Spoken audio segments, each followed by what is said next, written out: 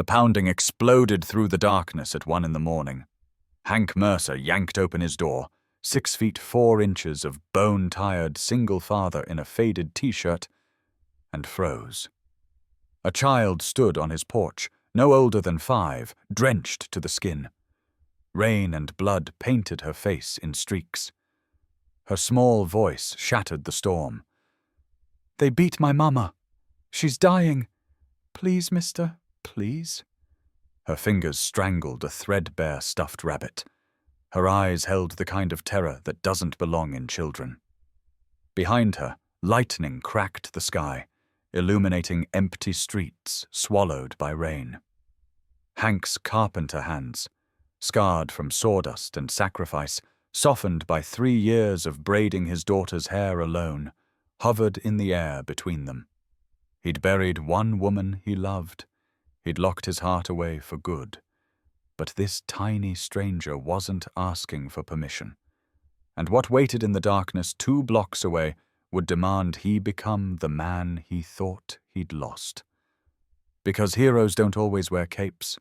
Sometimes they answer the door. Hank dropped to one knee, his joints protesting. The little girl flinched backward, but didn't run. Water streamed from her tangled brown hair, pooling on the wooden porch he'd refinished last summer. Her lips were turning blue. "Easy, sweetheart," he said, keeping his voice low and steady, the way he did when Rosie had nightmares. "You're safe now. Where's your mama?" The child's chin trembled. She pointed down the dark street toward the cluster of run-down trailers at the edge of the neighborhood. "The silver one. They hurt her bad. So bad." Her voice cracked into a sob. "She told me to find the house with the blue door. She said the big man would help." Hank glanced at his front door. Blue. Powder blue. The color Jennifer had picked out 5 years ago, back when laughter still lived in this house. His throat tightened. He looked back at the child, really looked at her. Beneath the rain and blood, bruises shadowed her thin arms. Old ones, faded yellow-green. New ones, angry purple. This wasn't the first time someone had hurt people she loved. His hands curled into fists.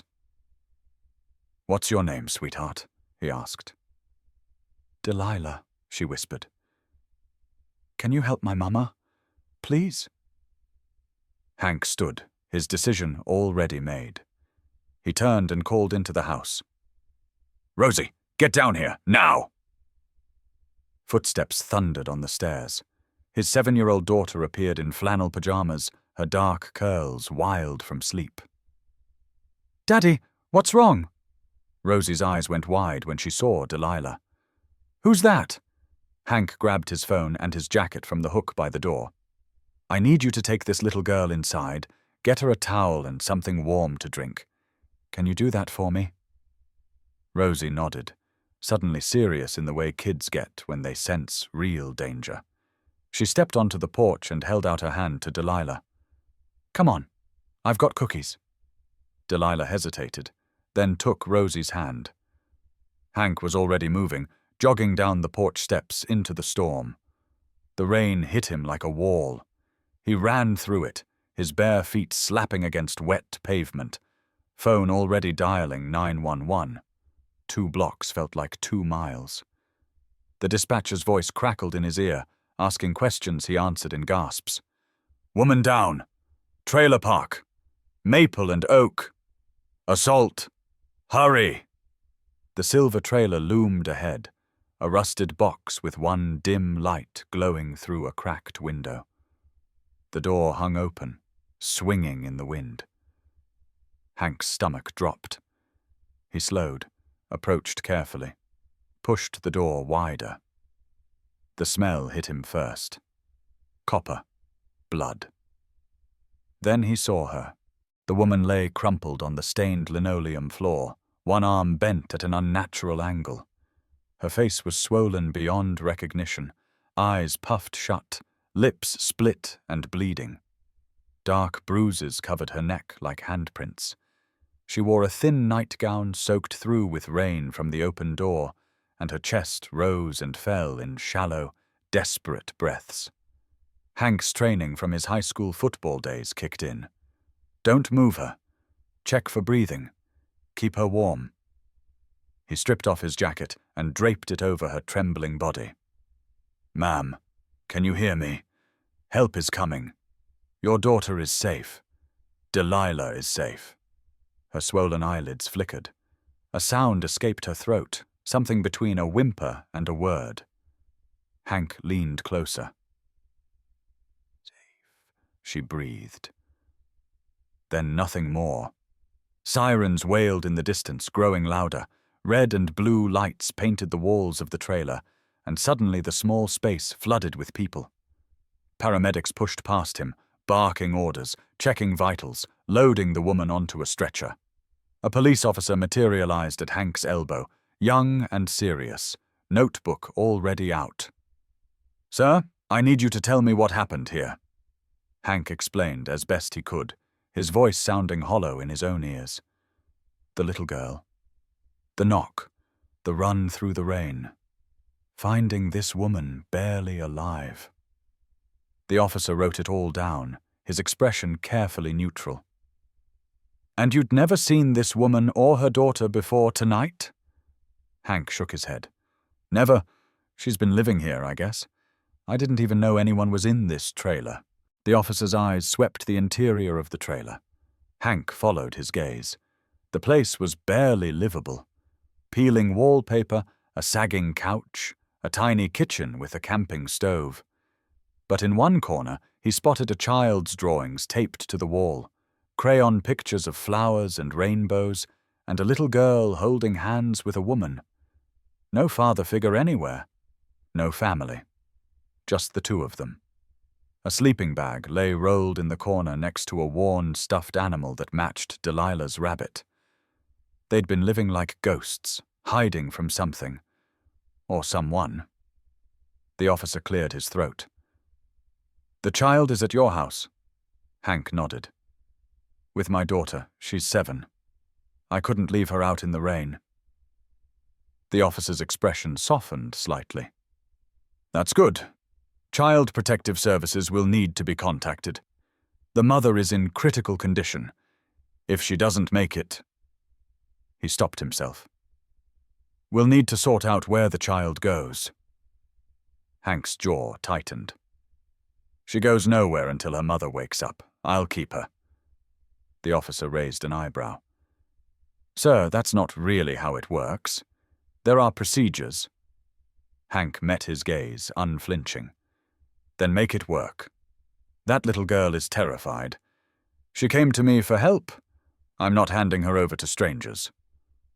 The officer studied him for a long moment, then nodded slowly. I'll see what I can do, but you'll need to be available for more questions, and CPS will be by in the morning. Hank walked back through the rain, slower this time. The adrenaline was wearing off, replaced by a bone-deep exhaustion that had nothing to do with the hour. He climbed his porch steps and pushed open his blue door. Inside, warmth and light wrapped around him. Rosie had gotten Delilah into dry clothes, one of Rosie's old T-shirts that hung to the little girl's knees, and wrapped her in a blanket on the couch. A mug of hot chocolate sat untouched on the coffee table. Delilah's eyes found Hank immediately. Is my mama okay? Her voice was so small, so full of hope. Hank knelt in front of her, his wet clothes dripping onto the hardwood. She's alive. The doctors are taking care of her. She's strong, just like you. It wasn't a lie, but it wasn't the whole truth either. Delilah's face crumpled.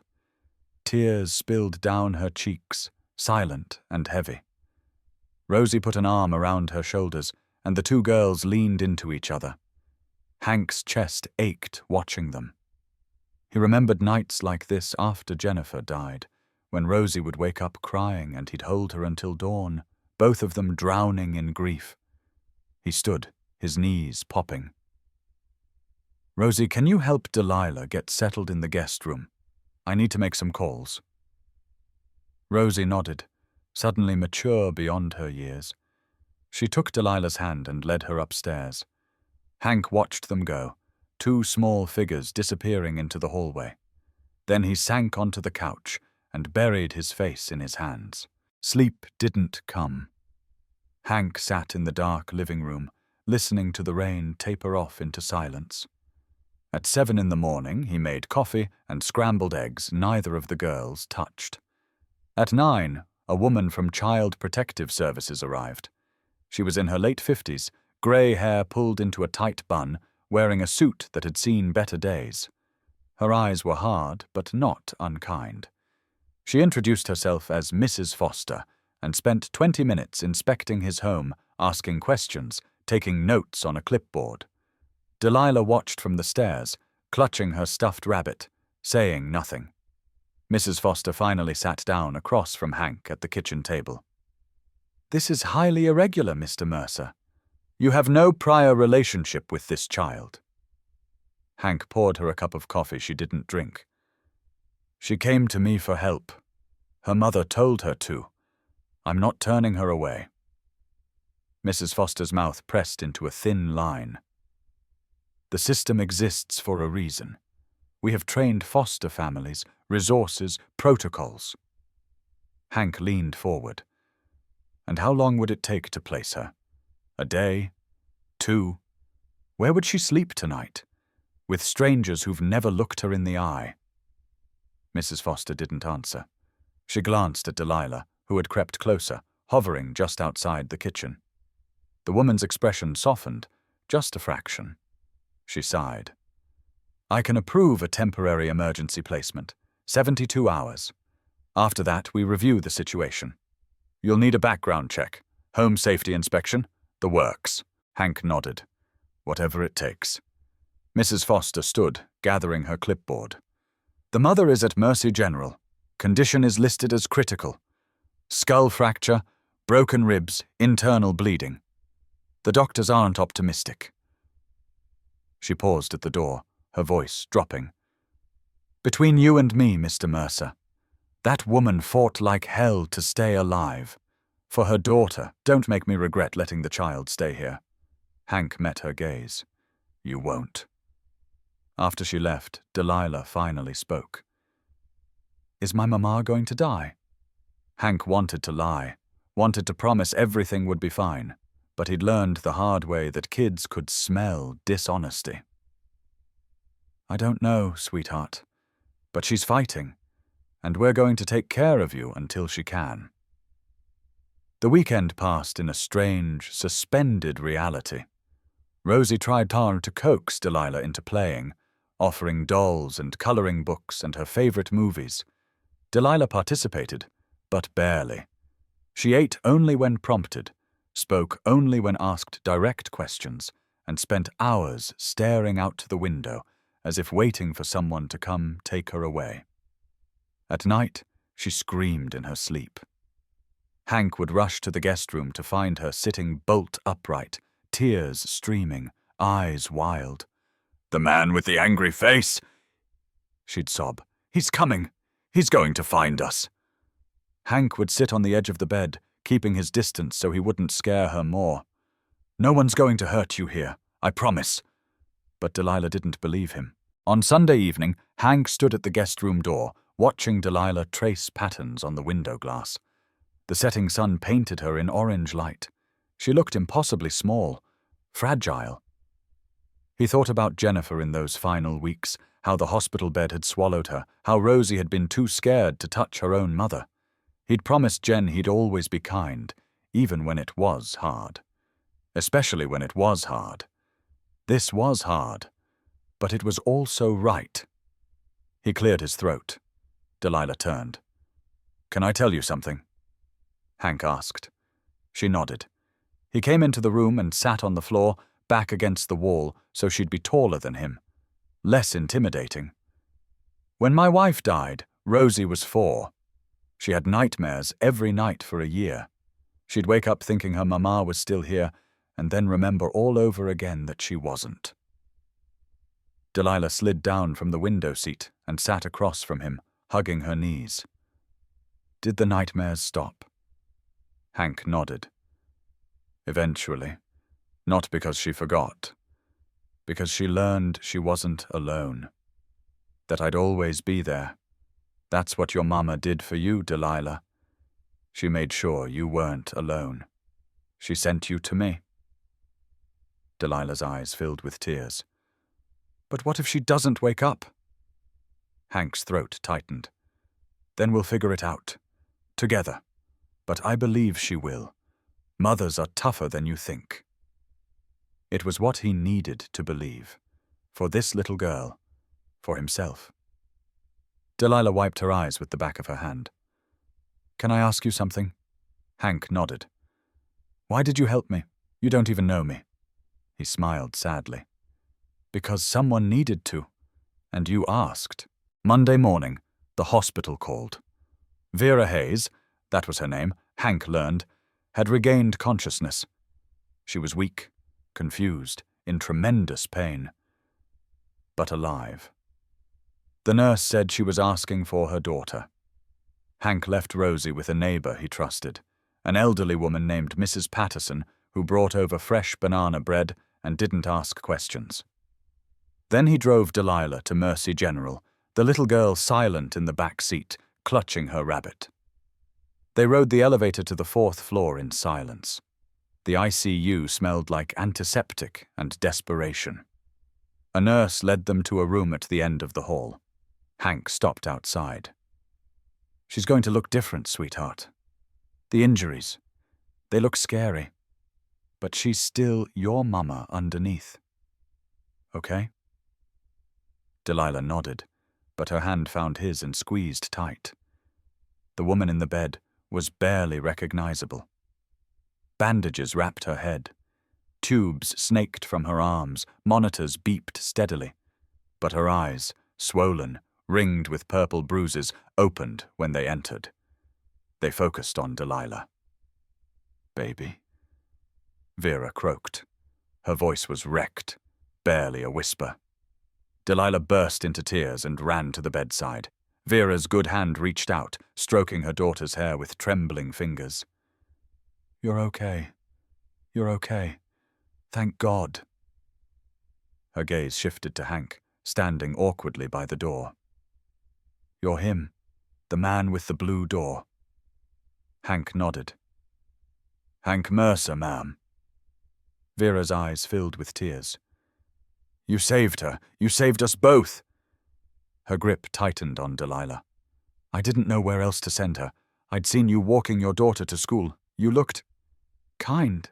Hank pulled a chair closer to the bed and sat. "Who did this to you?"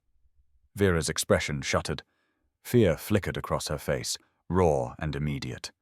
She glanced at Delilah, then back to Hank. "Not here. Not in front of her." Hank nodded. He spent a few more minutes with them, then took Delilah to the cafeteria for juice and crackers while Vera rested. When he returned alone, Vera was staring at the ceiling, tears sliding into her hair. She turned her head when he entered. "Close the door," she said. Hank did. He sat. And Vera began to talk. Her voice was hoarse, halting, but the story poured out like poison being drained from a wound. She'd been married to a man named Preston, a lawyer, wealthy, respected, cruel. It had started small. Control over her clothes, her friends, her money, then shoving, slapping, punching, choking. For 5 years she'd lived in a gilded cage, too terrified and ashamed to leave. Preston had connections everywhere. The 3 times she'd called the police, the reports had vanished. His lawyer friends made sure of it.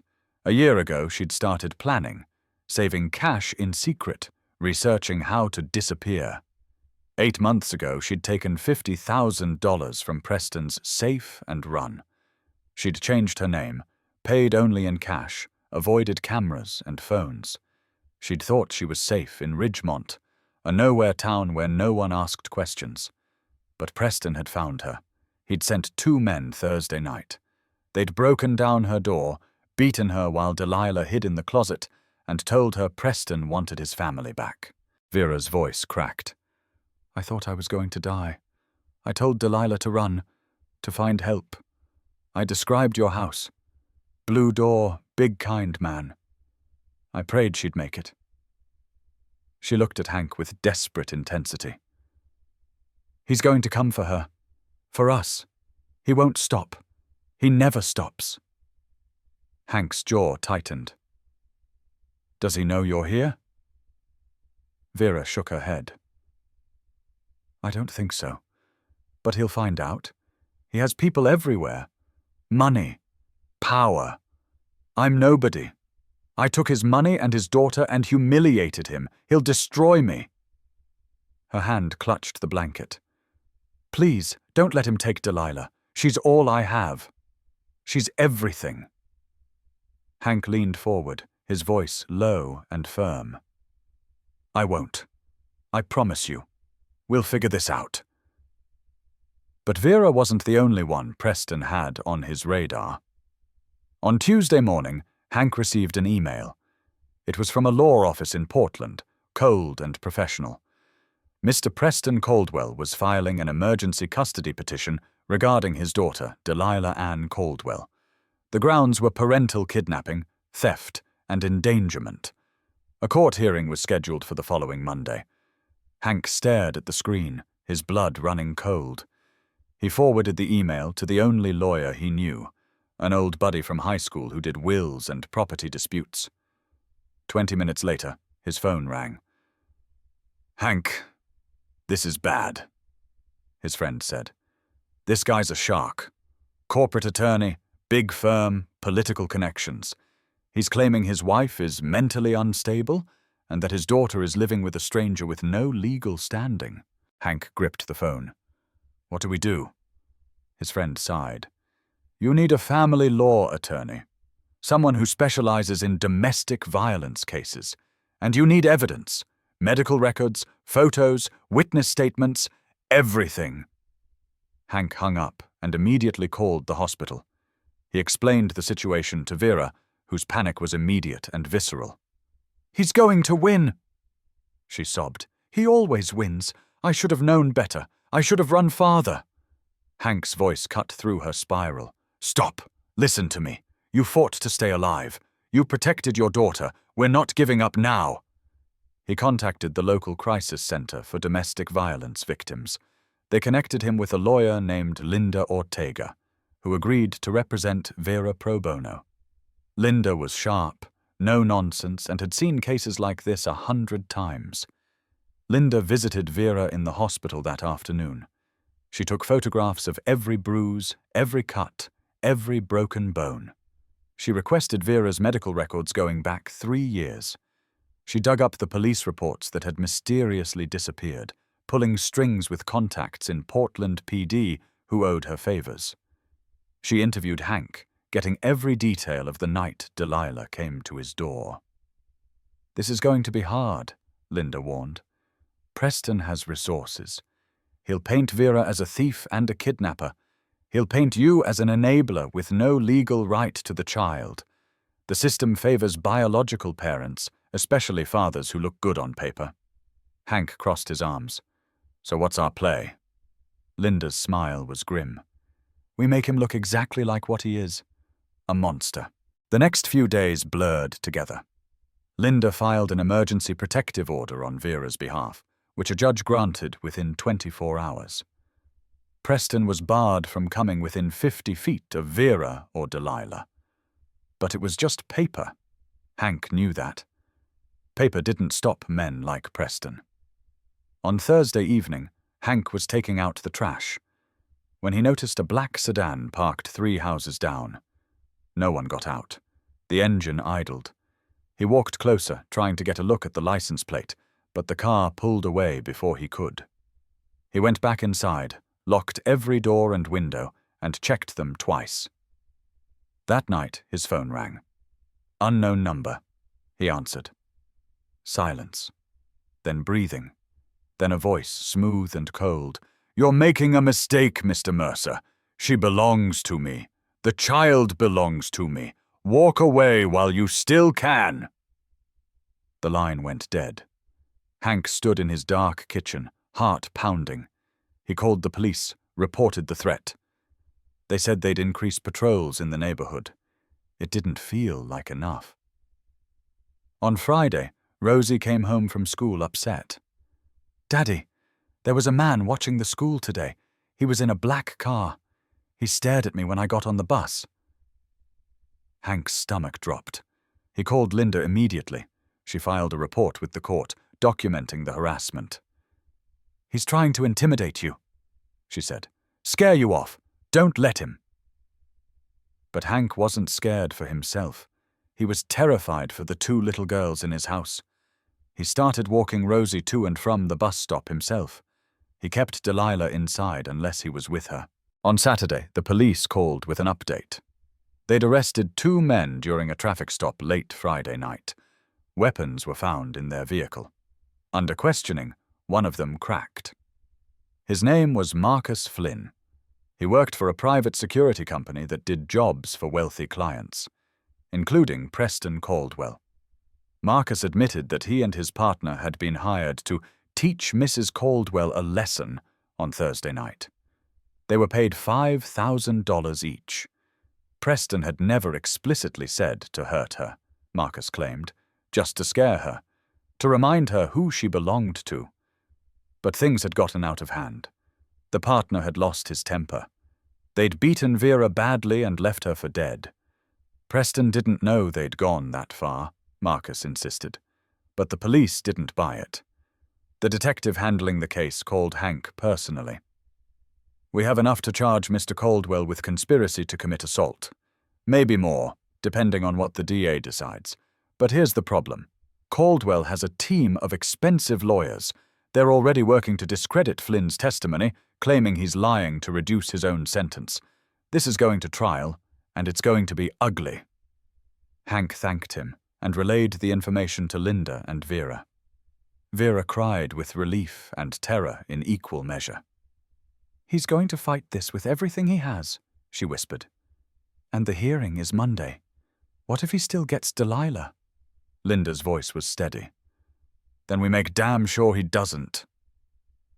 Sunday was spent preparing. Linda walked Hank through what to expect in court, the questions he'd be asked, the way Preston's lawyers would try to discredit him. "They'll paint you as an outsider inserting yourself into a family matter," Linda explained. "They'll question your motives. They'll imply you're unstable or dangerous. Stay calm. Stick to the facts. Tell the truth." Hank nodded, but his hands wouldn't stop shaking. He wasn't built for this. He was a carpenter.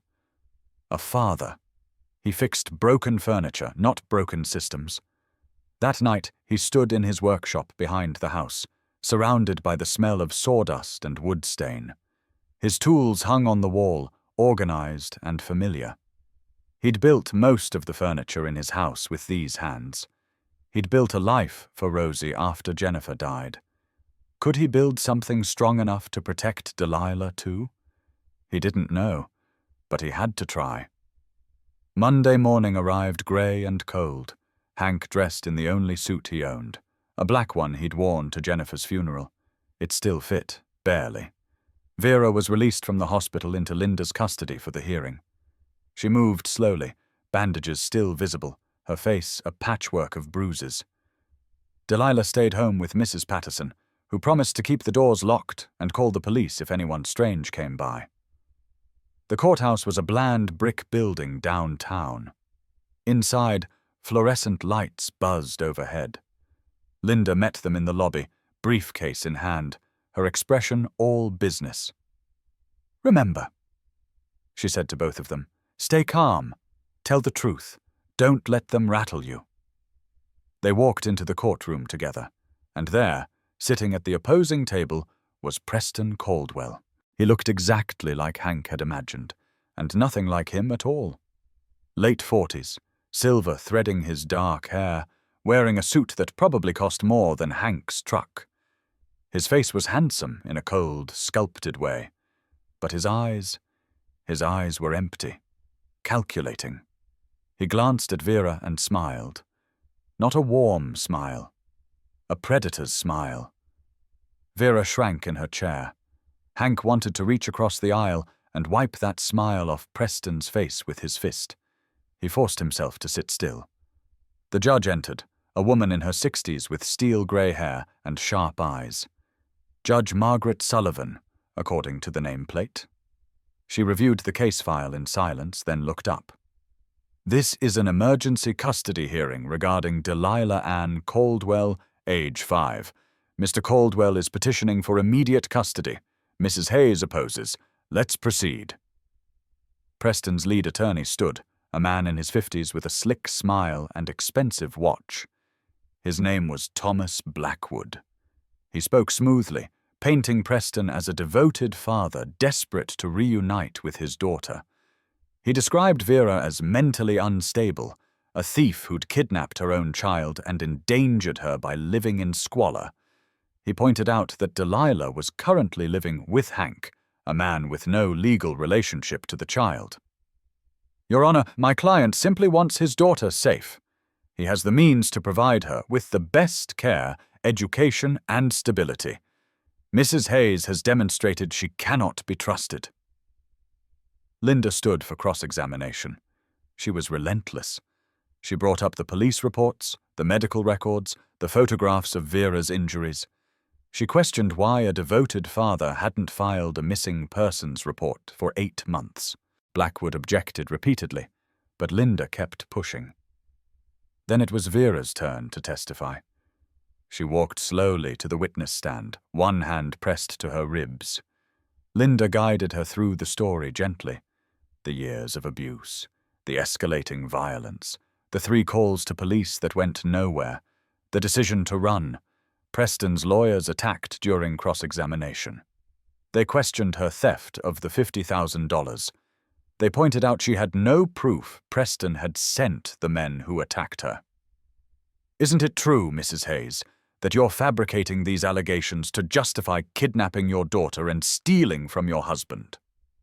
Blackwood asked. Vera's voice shook. No, I'm telling the truth. He hurt me for years. I had to get away. I had to protect Delilah. Then Linda called Hank to the stand. He walked up on legs that felt like wood. The bailiff swore him in. He sat. Linda smiled at him encouragingly.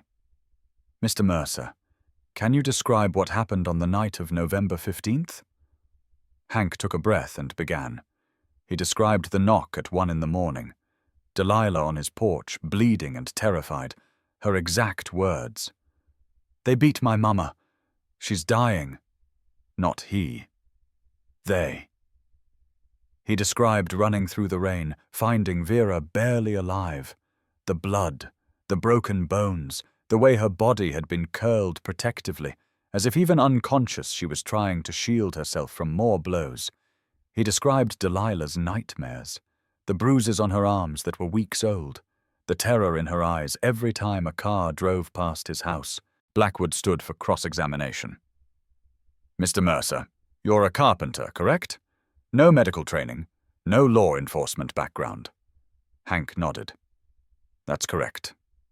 Blackwood smiled thinly. So you're not qualified to determine the cause of Mrs. Hayes's injuries, are you? Hank met his eyes. I know what a beating looks like. I played football for 10 years. I've seen men hurt. Blackwood's smile didn't waver. But you didn't witness the assault, did you? Hank's jaw tightened. No. So you don't actually know what happened? Hank leaned forward slightly. I know a 5-year-old girl doesn't run into a stranger's house in the middle of a storm unless something terrible happened. I know her mother was half dead on the floor. I know Delilah is terrified of her father. Blackwood's expression hardened. Objection, Your Honor. Speculation. Judge Sullivan looked at Hank. Mr. Mercer, stick to what you observed directly. Hank nodded. Yes, Your Honor. But he wasn't done. When Linda asked him one final question, why he'd helped Delilah, he answered from the gut. Because my wife made me promise, before she died, that I'd always be kind, even when it was hard, especially when it was hard. His voice cracked slightly. I don't have much to offer, just a small house and a big heart. But I couldn't turn away a scared child. No one should. The courtroom was silent.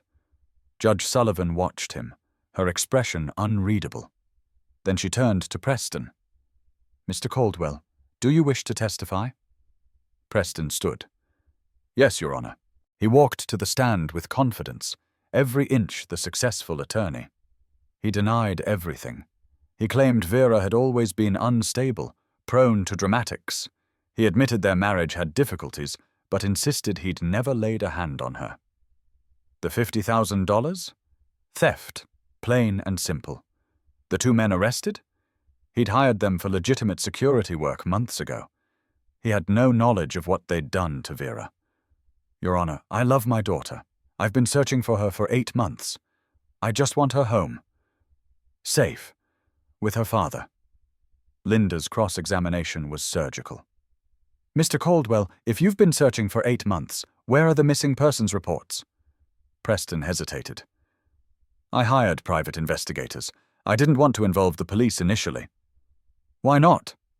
Preston's jaw tightened. It was a private family matter. A 5-year-old child disappears and you consider it private? Preston's mask slipped, just for a second. Anger flashed in his eyes. I knew my wife had taken her. I was trying to bring them home safely. Linda leaned in. By hiring men to beat your wife nearly to death? Blackwood shot to his feet. Objection! There's no evidence my client ordered any such thing. Judge Sullivan held up a hand. Sustained. Ms. Ortega, rephrase. But the damage was done. The jury of one, Judge Sullivan, had seen the crack in Preston's facade. Linda presented the police statement from Marcus Flynn. She presented the connection between Flynn and Preston's security company. She presented the timeline. Preston's lawyers fought hard, but the facts were damning.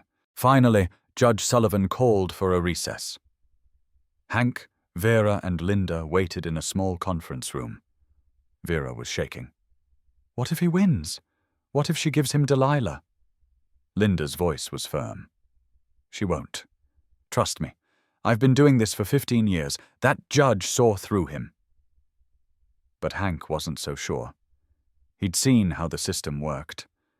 Money talked. Power talked. Men like Preston didn't lose. 30 minutes later, they were called back into the courtroom. Judge Sullivan sat behind her bench, hands folded.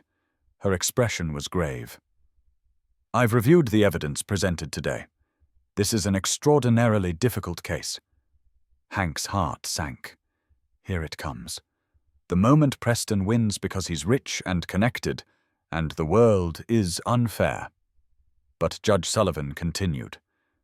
However, the evidence of domestic violence is substantial and credible.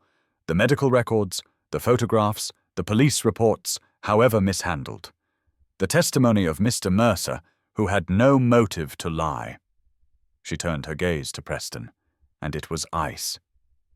Mr. Caldwell, your claim that you knew nothing about the assault strains credulity. The men who attacked Mrs. Hayes work for a company you employ. The timing is too convenient, and frankly, your demeanor on the stand concerns me. Preston's face went red. Your Honor, Judge Sullivan cut him off. I am denying your petition for emergency custody. Vera gasped. Linda squeezed her hand. Hank felt like he could breathe for the first time in days. Judge Sullivan wasn't finished. Mrs. Hayes will retain primary physical custody of Delilah. The existing protective order will remain in effect. Mr. Caldwell, you are prohibited from contacting your wife or daughter except through court-supervised visitation, if and when this court deems it appropriate.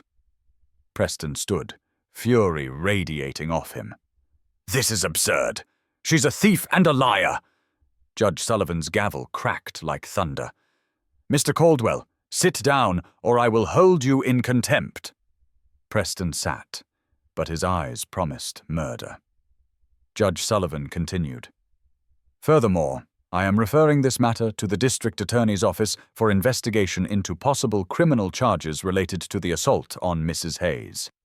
This court is adjourned." The gavel fell again. It was over. Vera collapsed into Linda's arms, sobbing.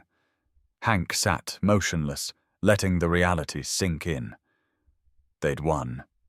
Delilah was safe, for now. Outside the courthouse, Preston intercepted them on the steps.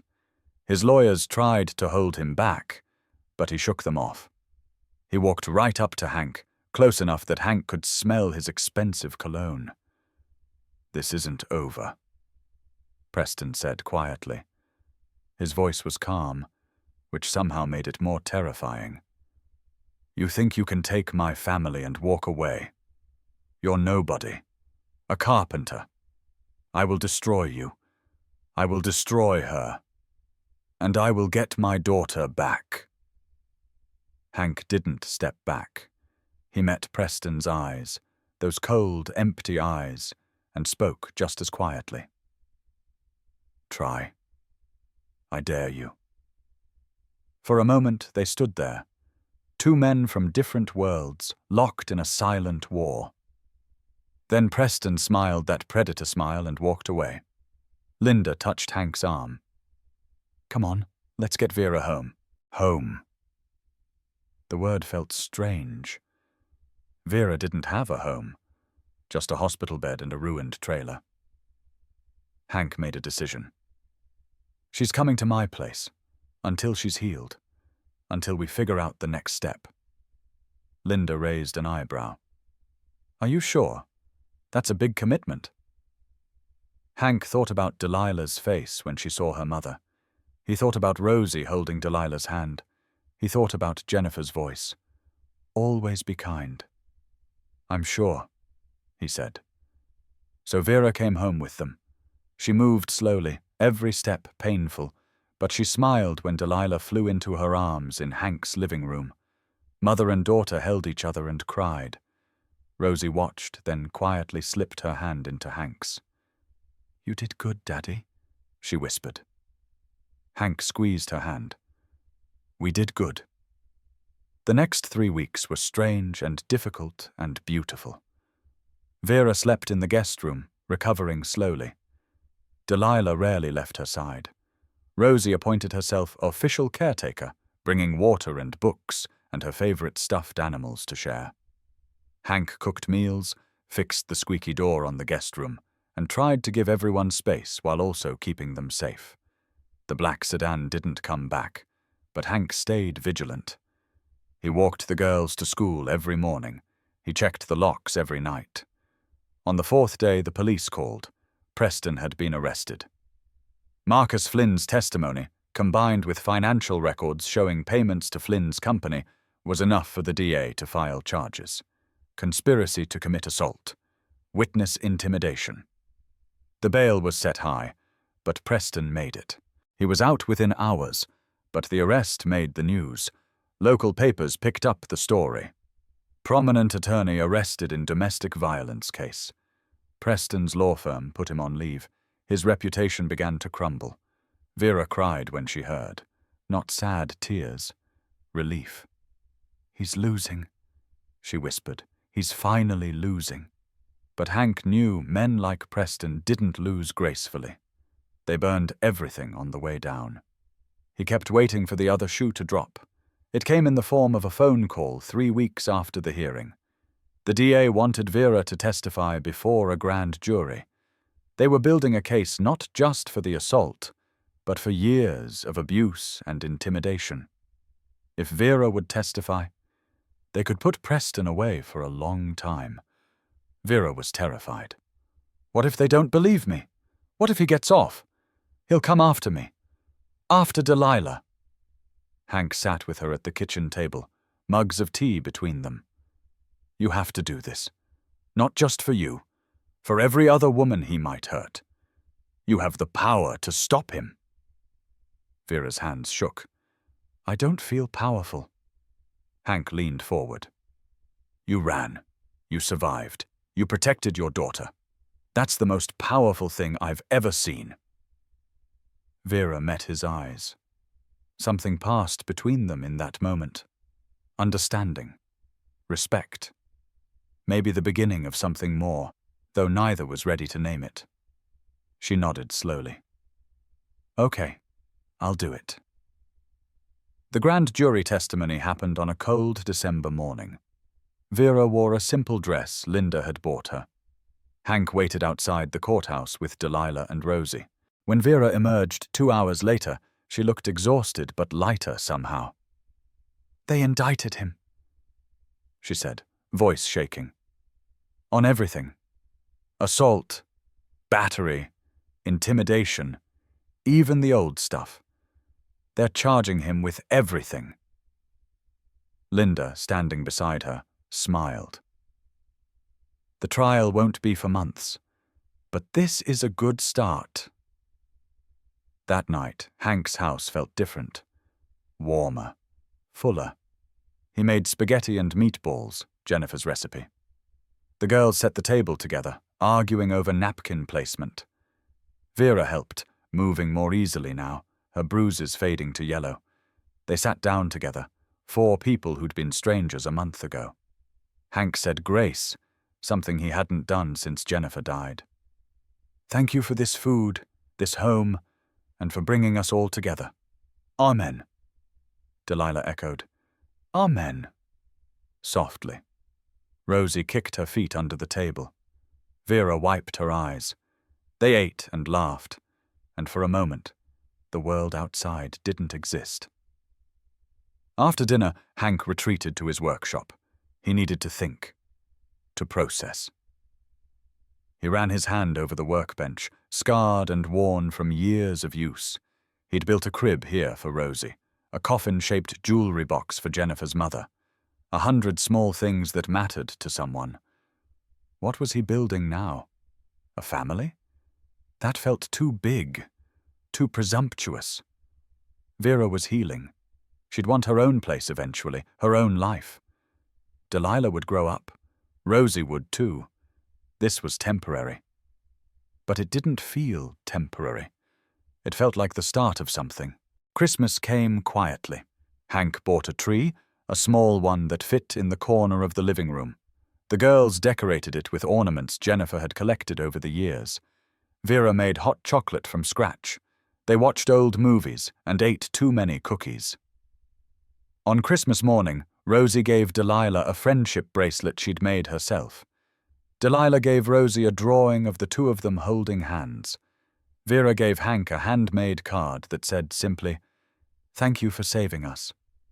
Hank gave Vera a set of books, mystery novels, because she'd mentioned loving them as a kid, and he gave Delilah something he'd been working on in secret.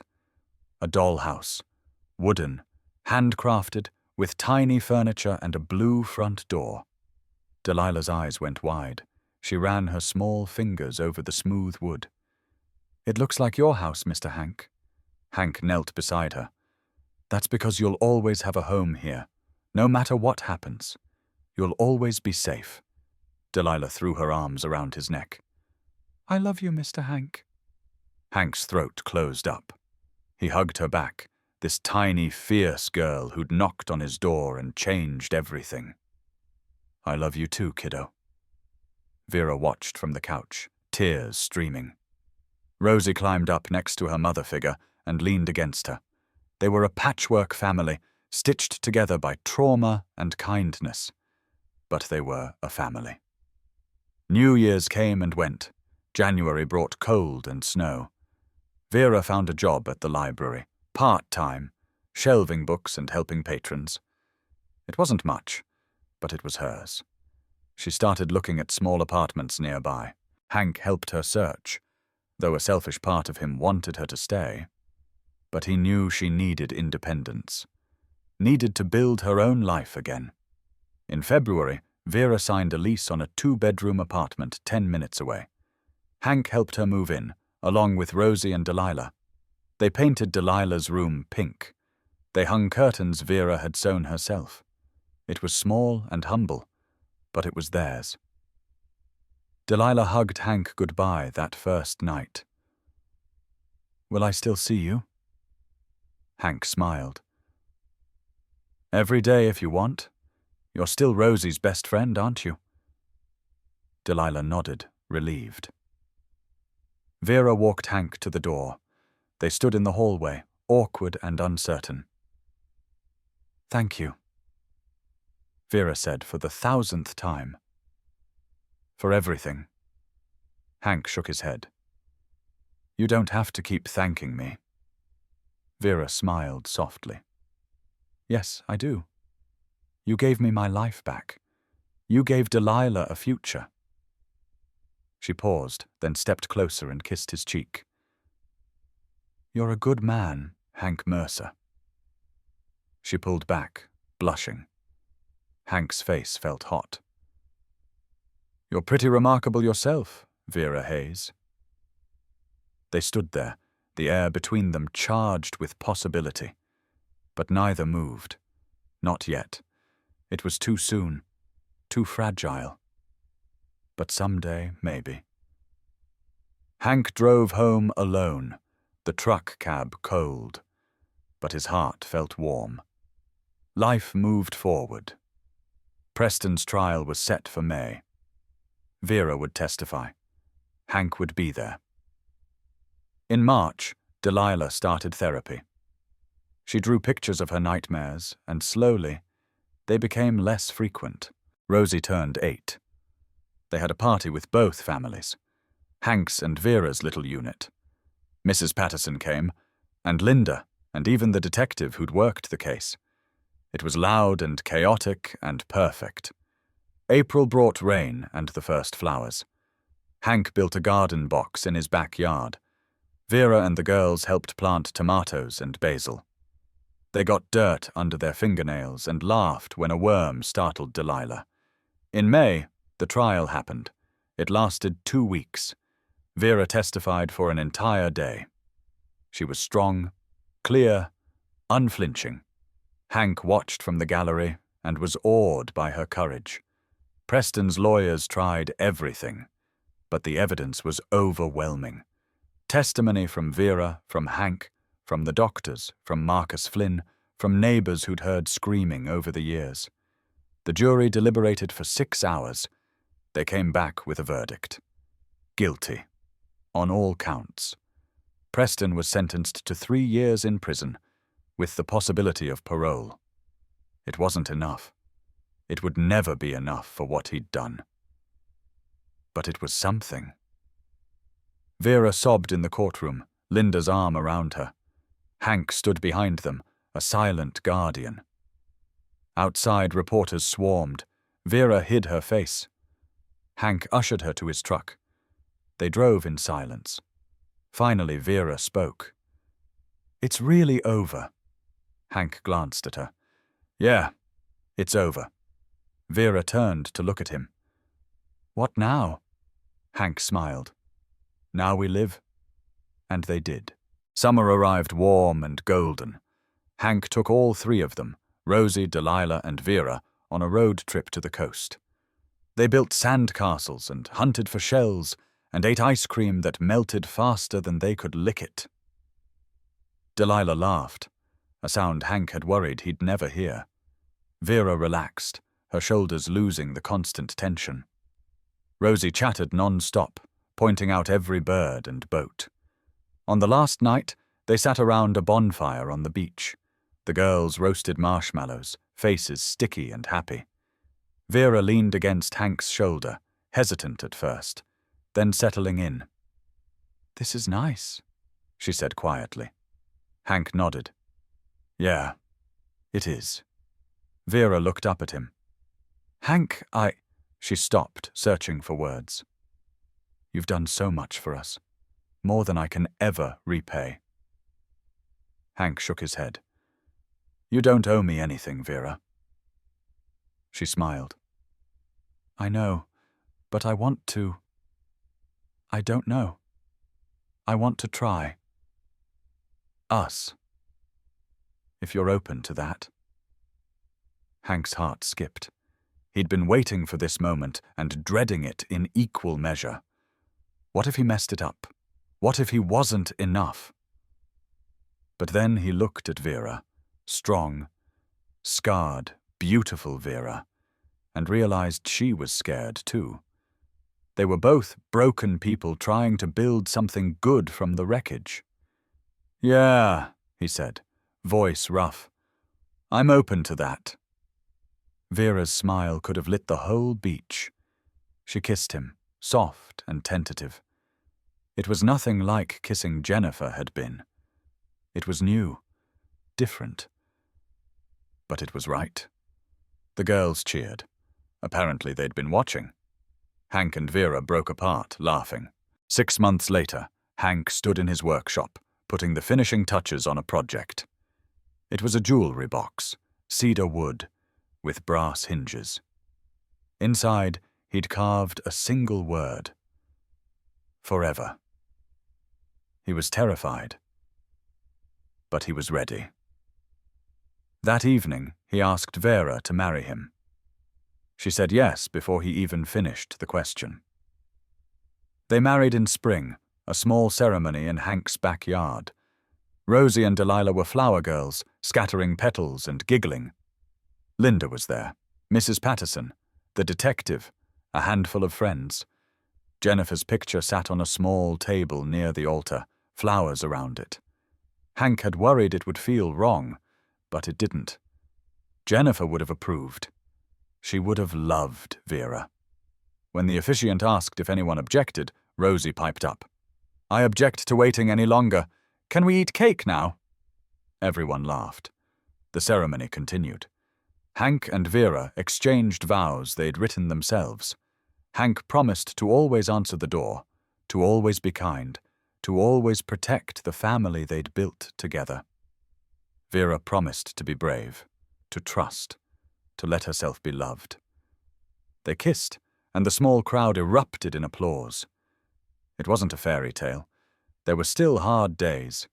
Delilah still had nightmares sometimes. Vera still flinched at loud noises. Hank still woke up missing Jennifer. But they had each other, and that was enough. A year later, Vera was pregnant. A boy, the ultrasound revealed. They named him Henry, after Hank's father. Rosie and Delilah were obsessed with their baby brother. Life was full and messy and loud and beautiful. One evening, Hank sat on his porch, baby Henry asleep in his arms. Vera sat beside him, head on his shoulder. The girls were inside, arguing over a board game. The sun set in streaks of orange and pink. Vera spoke softly.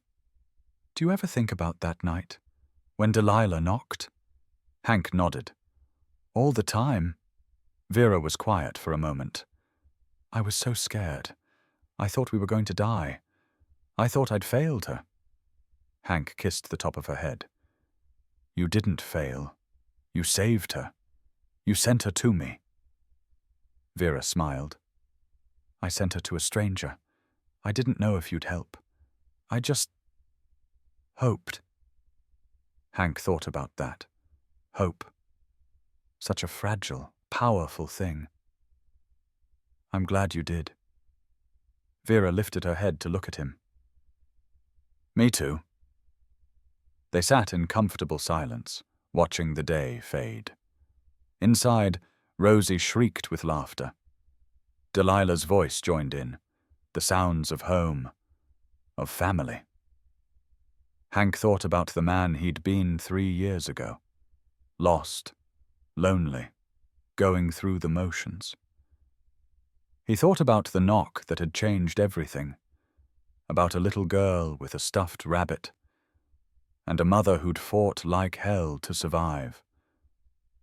About choices, kindness, courage. About how sometimes the biggest moments in life come at 1 a.m, soaking wet, asking for help, and how answering the door, just opening it and saying yes, can save more than one life. It can save all of them. Hank looked down at his son, then at his wife, then toward the house where his daughters laughed. He'd lost so much, but he'd found so much more. Not because he was special, not because he was brave, just because when someone needed help, he'd answered. Jennifer had been right. Kindness wasn't weakness. It was the strongest thing a person could choose. Always be kind, even when it's hard. Especially when it's hard. The sky darkened. Stars began to appear. Somewhere in the distance, thunder rumbled. But inside Hank's house, the lights were warm. The door was blue. And everyone was safe. That night, after putting the kids to bed, Hank stood in his workshop one last time. He ran his hand over the workbench, the tools, the sawdust that never quite disappeared. He'd built a lot of things in this space. Furniture, toys, a life. But the thing he was most proud of wasn't made of wood, it was made of choice. Of showing up, of refusing to turn away when it mattered. He turned off the light and went inside. Vera was waiting, curled up on the couch with a book. She looked up when he entered, smiled. That smile still made his heart skip. He sat beside her. She leaned into him. They didn't need words. Outside, rain began to fall. Gentle this time. Not the violent storm of that first night, but a soft, steady rain that nourished instead of destroyed. Hank closed his eyes and listened. And somewhere, in the space between memory and hope, he heard Jennifer's voice one last time. "You did good, Hank. You did so good," he smiled. "Yeah, Jen. We did." The rain fell. The house stood. The family slept. And the blue door waited, ready to open again, whenever someone needed it. Because that's what doors are for. Not to keep people out, but to let the right ones in.